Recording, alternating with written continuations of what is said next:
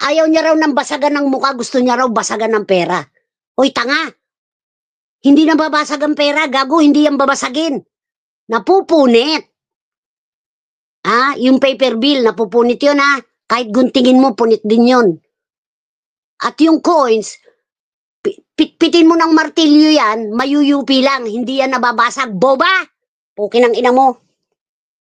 Kaya ka nasasabihan ng bobo Ano yung sinabi mo dati? Pag magyabang, kailangan positive and negative. Di bobo ka nga. Ubod ka ng bobo. Alak pa more. Putang ina mo. Alak pa more. Yan ang napapala mo ka, iinom. Pukin ang ina mo ka. Inuutosan kita, gumiling ka sa ibabaw ng bote. Kayang-kaya mo yan. Tang ina, 4 na taon, pinagparausan mo si Resbacker. Tapos yun lang ang kinaya mo. Kaya pala inggit na inggit ka kay Pau. Kaya pala ganun na lang ang inggit mo kay Pau. Wala ka palang silbi. Putang ina ka. Asa na umisi mo? Asa na umisi mo? Ano raw?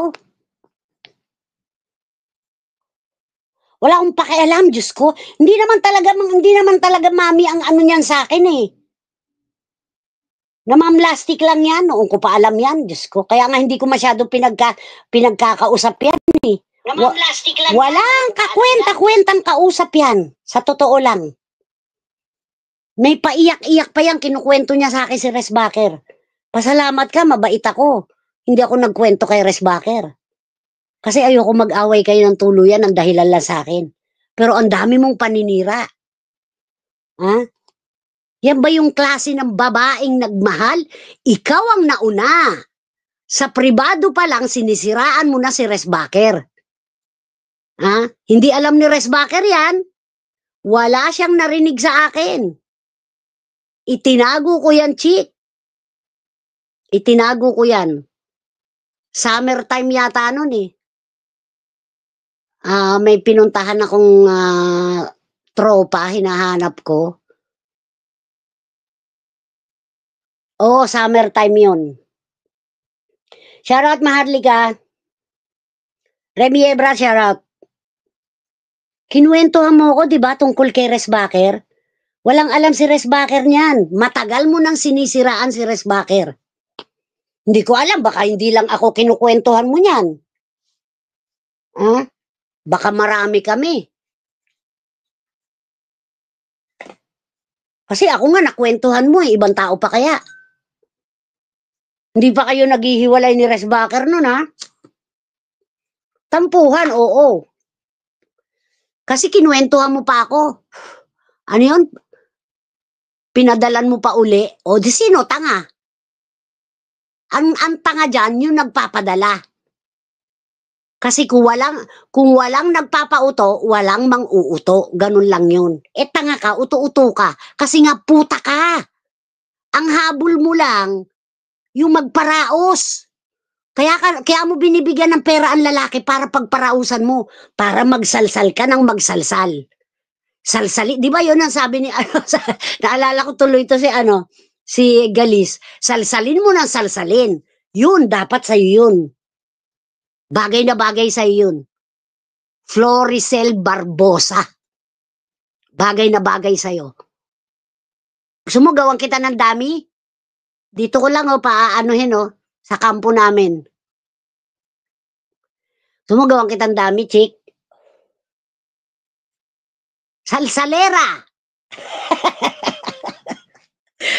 Baka may gumaya dyan na salsalera. Pag nandyan niya sa kampo nyo, hindi ako yan dahil hindi ako pumupunta dyan. Huli ko na naman kayo sa pinagbabawal na teknik.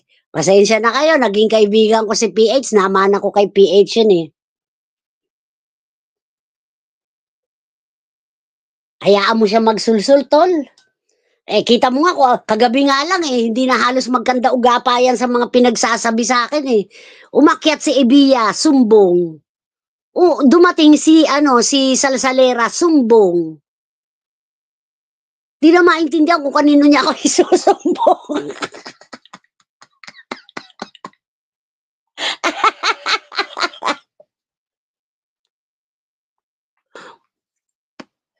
Wala ya si Osang. Sabi nga ni Jill, hangin yan eh. Alam mo yung alam mo yung piman, yung ano ba yung piman? Yung ceiling green na pag binuksan mo walang laman. Yun lang si Osang. Hindi na nga magkanda o gagaya sa kung anong sasabihin sa akin eh. Ang alin? Ang alin si Jeno? May nagsusulsul ba? Yan ang gusto ni Osang, yung may kakampi siya. Duwag kasi. O tapos, nawalang volume. Ano dyan, pwista ko Oh, bubusitin talaga kita. Wala, sila pa nga nagbibigay sa akin. Sabi ko kay Ate Joanne, ano may bibigay sa akin, regalo. We. Sabi ko, wag na po Ate Joanne. We. Totoo yan. We. Hindi sila humingi sa akin. Pagkus sila yung magbibigay. Oh, tapos? Nag-gift sa akin. Totoo yan. Wala. Di ba Ate Joanne, wala kayong hiningi sa akin. Wala. Totoo? Sabi sa kanila. Tignan mo si Aponesa sausaw. Yung mula sa puso mo, mabibigyan mo eh. Wala nang kwenta to. Ng iba dyan. Wala ito, puro parinig lang, iba dyan. Tangina mo, diretsahin mo yung tao kung sino yun.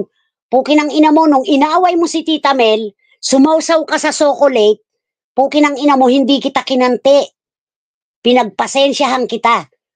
Ha? Although, kinausap kita. Pakiusap lang, wag si Tita Mel. Pero anong ginawa mo? Wala kang alam sa di ba? Wala kang alam sa chocolate. Wala kang alam. Nung time na namamayagpag si Resbacker, putang ina mo, lagi mong kinukomment. Ako, marami akong alam. Pinapasahan ka lang naman ng kwento. Pabida ka rin eh. Marami kang alam, si pinahuli si ganon, si ganito ganyan, ganito ganon. Pukin ang ina mo, sumasawsaw ka lang, pabida ka lang. Floricel Barbosa, na isang puta, na isang maluwag ang puke, na kahit kanino-sino ang kachat, sige, salsal dito, salsal doon. Salsalera ka kasi. Tangina mo, papagurin ko sarili ko para masarap ang tulog ko maya-maya.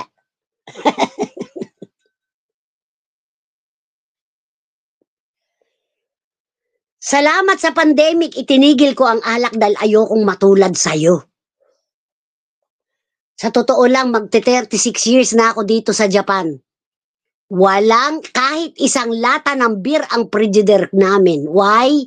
Kahit ang asawa ko umiinom, hindi yan nagdadala ng alak dito sa labas umiinom yan dahil ayoko. Ayoko nang may alak sa loob ng bahay. Magsalsal ka ng magsalsal, dukuti mo ng dukuti niyang putang inang puki mong maluwag. Bakit maluwag? Titigan mo nga yung vibrator na dinisplay mo. Iniyabang mo pa. Yung talaga ang size mo, chick? Yung laki na yon? Yung talagang ang kasya sa'yo? Ang daming magagandang vibrator, oh. Bakit yun ang pinili mo? Kasya yon? Kasya sa puki mo, chick? Maluwag na ba masyado? Ilang Vietnamese na ba ang tumikim sa'yo? Parang gusto kong maniwala na ikaw yung tipo ng babae na pagka nakakainom, kantot, libog ang mananalantay sa katawan mo, sa pagkatao mo. Kaya ka umiinom ng alak. Yun ang gusto mo. Dahil susumpungin ka ng pagkamanyak mo. Yun ka. Yan ang nakikita ko sa pagkatao mo. Yung landi mo, pasimple. Diyosa! Diyosa ng salsal! Putang ina mo, Floricel Barbosa. Salsalerang matanda. Matanda ako, yes! Mga akong pinanganak sa'yo eh. Di ka ba tatanda? Tingnan mo nga itsura mo. Ikumpara mo yung dati mong pagmumuka, yung may hawak kang gitara, sabi mo, we love FLM. Weh! Tangina yan. We love FLM, putang ina mo. Humanga ako nung una, naging pro din ako, pero hindi ko sinabing, FLM, I love you, Ang cheap lang putang ina. May pasign-sign pa siyang maliit na heart na gano'n, no? Tang ina mo, gago, ang cheap mo. Jologs ka. Ano raw, dati raw siyang artista sa palibhasa lalaki. Sige nga, maglabas ka nga ng ano, yung isang kahit man lang isang ano, extra ka lang dun eh. Ikaw lang yata yung mga binababoy nila. Ay, nako, chick. Ewan ko sa'yo. Hindi mo pag-aari yung ano yung word na, and I thank you ha. Hindi ikaw nagpauso niyan ha. Boba ka talaga. Uulitin ko sa'yo, ang pera hindi nababasag. Hindi yan babasagin. Yan ay napupunit o kaya pag ginunting, punit pa rin. Pag pinitpit ng martilyo yan, nayuyupi lang yan ha. Pero hindi yan nababasag. Tanga! Boba! Bobo! Kaya ka nasasabihan ng bobo eh. Ay, sabi mo, pag nagyabang, kailangan negative, positive. Bobo mo. Tangina mo. Napaka-bobo mo talaga. Ubod ka ng bobo. Ang laman ng utak mo, ng ulo mo. Alak. Alak pa more. Papasok ka sa trabaho, amoy alak. Putang ina. Ang tagal mo na dito sa Japan, pabrika lang ang kinaya ng pagkatao mo. Ha? Mabuti pa ako, naranasan ko magtrabaho sa Costco. Sosyal, di ba? Ikaw ano, pabrika, factory. Nandun ka lang, nakatayo ka lang sa ano, sa nakahilera kayong lahat. Bit-bit niyo yung malaking ano, malaking anong tawag dyan, banjo ba tawag dyan? Ha?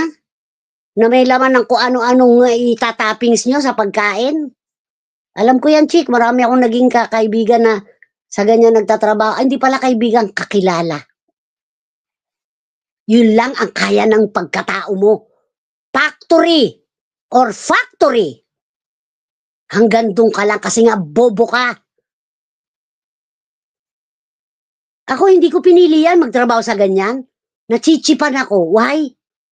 Ewan ko Mas maganda ang dating sa akin sa hotel. Kasi lahat yung maiikot mo. Ganda ng uniforme namin. Sometimes nakabistida kami. Sometimes nakapantalon ako. Pero ikaw, puting-puti yung suot mo. Alam mo yung ano...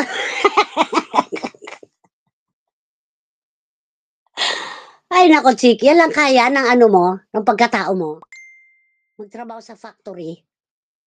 Ha? Yan lang ang kaya ng ano mo, ng abilidad ba, ng ano ba tawag niya? Abilidad ba yan? Ha? Tangina ka, chiko.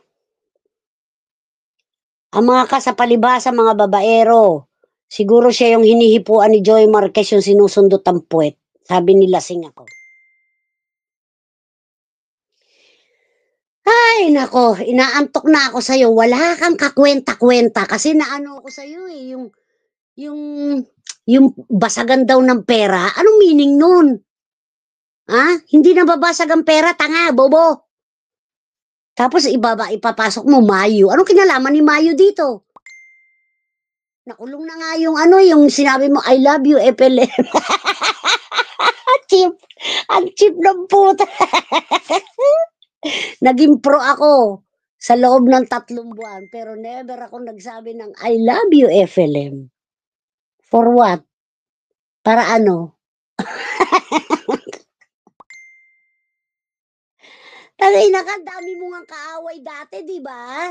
Pero sino lumulusob? Si Resbacker. Kasi hindi mo kaya, iyakin ka, tanga. Yun ka. Hindi ka sanay makipag-away. Ngayon na lang. Bakit? Kasi yung mga nasa paligid mo, troublemaker din. Ha? Troublemaker din. Kaya ka nga binabakiran ni Resbacker kasi mahina kang tao. Napakahina mo. Iyakin ka nga, di ba? Inamin mo yan. Na pagka may alak ka, humihina ka. Dapat pala sa'yo, pag makikipagkita ka sa akin, uminom ka ng marami. Pero huwag ka magiging mahina. Palakasin mo yung loob mo.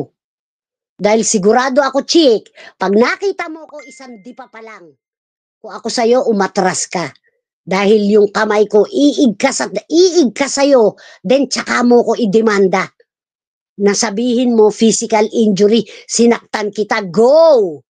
Yan ang gusto kong laban. Gusto ko yan, chick. Kumasa ka. Pag hindi ka kumasa, duwag ka. Pukin ang ina mo, alak lang ang katapat mo. Wala kang lakas, isa kang duwag. Ano, A15, sa Weno. Putang ina mo, pag di ka dumating, ako dadating talaga ako doon, chick. Huwag ka magsasama, dalawa lang tayo. Pwede ka namang di magsama. Sila taga-video mo. Ako mag-isa lang akong pupunta. Dahil hindi sasama yung dapat ko isama. Why? Tahimik na tao yun eh. Pero siguraduhin mo lang, makakalamang ka sa akin. Yun ang hinihintay kong sagot mo. Yung hamon ko. Eh wala, hindi ka naman sumagot. Ang sinabi mo, basagan ng pera. Ang tanong, nababasag ba pera? Dahil nga bobo ka. Napaka-bobo mo. Hindi ka lang pakantot, hindi ka lang puta, hindi ka lang salsalera, hindi ka lang bumubuka sa mga Vietnamese. Ha? Nagsasalsal ka pa. Paulit-ulit kang nagsalsal. Yun ka. Putang ina mo. And I fuck you. O yan ha, hindi ko ginamit yung sinasabi mo ha. Fuck you. O may teme sine. Bakero. Konoyaro. Kay Yuki nga, hindi mo makaya si Yuki. Ako pa? Tangina mo? Matanda? Hindi ka ba tatanda? Si Yuki nga, sinasabihan kang matanda, pikon na pikon ka eh. Tapos gusto mo susundin ka ni Pao? Di mo nga alam kung ano pinaglalaban mo kay Pao eh. May 100, merong nakipagbati, merong nagalit ka kay Pao dahil pinost ni Pao yung pempem. Alin ba doon ang pinaglalaban mo? Maging consistent ka doon ka lang tutok. Sa isang yugto lang, focus ka lang. Focus ka lang. Bagay hindi ka makaka-focus.